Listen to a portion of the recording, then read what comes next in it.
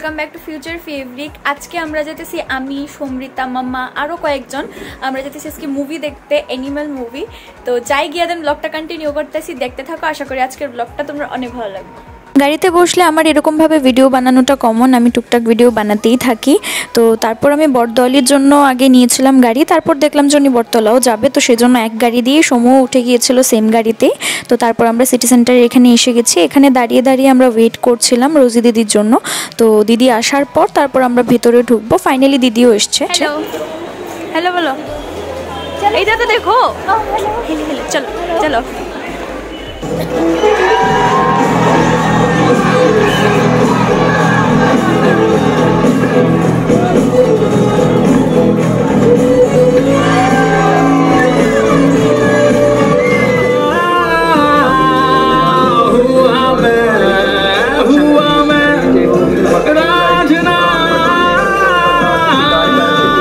এই বলিউড মুভিজগুলো দেখে কিন্তু আমাদের এক্সপেকটেশনটা এতটা হাই হয়ে যায়। দেখো এখানে কাশ্মীরের মতো একটা জায়গায় কি সুন্দর করে হিরো হিরোইনকে গিয়ে বিয়ে করছে, এইসবগুলো দেখে না মানে খুব ইচ্ছে হয় যে এরকম একটা জায়গার মধ্যে যদি সত্যি সত্যি হয়। কিন্তু বাস্তবে এই জিনিসগুলো খুবই মানে অসম্ভব বলে মনে হয়। হয় এরকম না যে হয় না, বাট খুবই কম। তো কিছু কিছু সিন ছিল মুভিটার মধ্যে, যে কয়েকটা সিন খুবই ভালো লেগেছে, যে একটা মেয়ে মানে কিভাবে তার পার্টনারকে সামলায়, কিভাবে তার পাশে থাকে, আরও অনেক কিছু ছিল। কিন্তু মারা কাটার যে ব্যাপারটা ছিল সেটা বাদে বাকি মুভিটা আমার ভালোই লেগেছিল।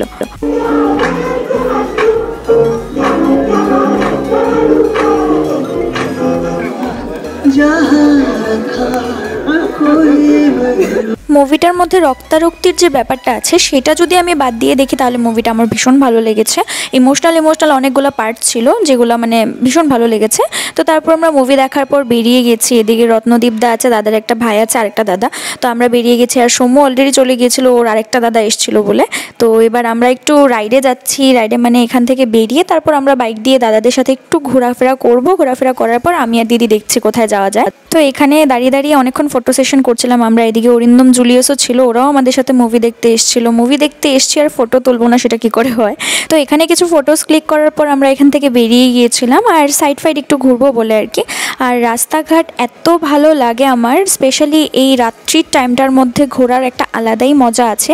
লাইটসগুলো যখন থাকে তখন ভীষণ ভালো লাগে, আর একটা হালকা হাওয়া দেয়, যে জিনিসটা মানে মেল্ট হয়ে যায় একদম, আমার ভীষণই ভালো লাগে। তো আমরা পোলো টাওয়ারের সাইডের রাস্তাটায় গিয়েছিলাম, আর ওই সাইডটার মধ্যেই ঘুরতে বেশি ভালো লাগে। তো তারপর আমরা এখান থেকে আরেকটা রিক্সা নিয়ে তারপর আমরা স্মার্ট বাজারের এখানে চলে এসেছি। তো এখানে এসে তারপর আমরা ভেতরে যাচ্ছি। গিয়ে এদিন মানে সন্ধ্যার টাইমটার মধ্যেও একটু ভিড়ই ছিল। তো এখান থেকে আমরা ভেজ বার্গার যেটা ছিল সেটা নিয়ে তারপর এখানে বসে দুজন মিলে অনেক গল্পগুজব করলাম, অনেক ফটোস ক্লিক করলাম। কি জানি একটা বিষয় নিয়ে উনি চিন্তা করছিলেন। যাই হোক কিছুক্ষণের মধ্যে মুড আবার ঠিক হয়ে গিয়েছিল। তো তারপর এখানে বসে বসে আমরা গল্প করতে করতে খেয়ে নিয়েছি বসে বসে। আর কোইন্সিডেন্সলি একটা জিনিস দেখাচ্ছি তোমাদেরকে। এই দেখো আমাদের নেল পেন্টের ডিজাইনটা একদম সেম হয়ে গিয়েছিল, আর আমার তো ভীষণই ভালো লাগছিল। আমি জানি না কি করে হয়েছে, নাই ডিসকাশন করেছি, নাই একজন দেখেছি, কিন্তু অটোমেটিক্যালি হয়ে গেছে। আর ভীষণ ভালো লাগছিল, এক্সাইটেড ছিলাম অনেকটা।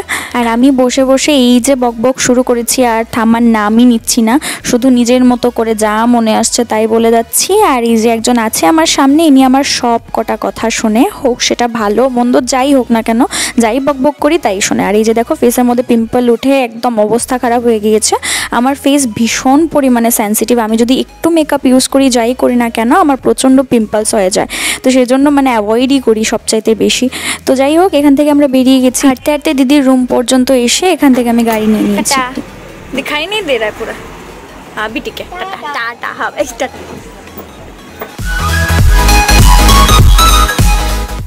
ফাইনালি বাড়িতে পড়ছি। আশা করতেছি আজকের আমার এই ছোট্ট মোটো ব্লগটা তোমরা অনেক ভালো লাগছে। ভিডিও ভালো লাগলে please do like and subscribe to Future Fabric. আর ভিডিওর কোন পার্টটা সবচেয়ে বেশি ভালো লাগছে কমেন্ট করে আমার অবশ্যই জানাও।